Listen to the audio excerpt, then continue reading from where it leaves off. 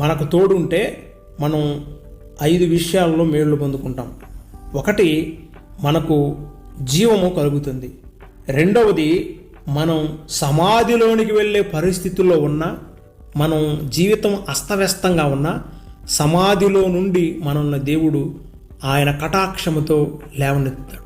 మూడవది, మనం ఒట్టి చేతులతో ఆ ఆఫీసును కానీ లేదా ఆ ఉద్యోగాన్ని వదిలిపెట్టి వెళ్ళము. మనము మన కష్టార్జితాన్ని తిరిగి పొందుకుంటాం. పోగొట్టుకున్నా సరే తిరిగి పొందుకుంటాం. కష్టార్జితం వ్యర్థమైపోకుండా కాపాడబడుతుంది. మూడవది, ఇక నా జీవితం అయిపోయింది, నాకు ఓటమి తప్పదు అనుకున్న రోజైనా సరే ఆయన కరుణా కటాక్షము మనల్ని విజేతలుగా నిలబెడుతుంది. ఐదవది, దేవుని యొక్క కరుణా కటాక్షము మనకు తోడుగా ఉంటే దేవుని యొక్క మర్మాలు బయలుపరచబడతాయి. మన జీవితంలో, మన భవిష్యత్తులో మనం ఏ విషయాల కొరకైతే నిర్ణయాలు తీసుకోబోతున్నామో ఆ విషయాల కొరకైన మర్మాలు దేవుడు బయలుపరుస్తాడు. అప్పుడు మనం జాగ్రత్త పడగలుగుతాం.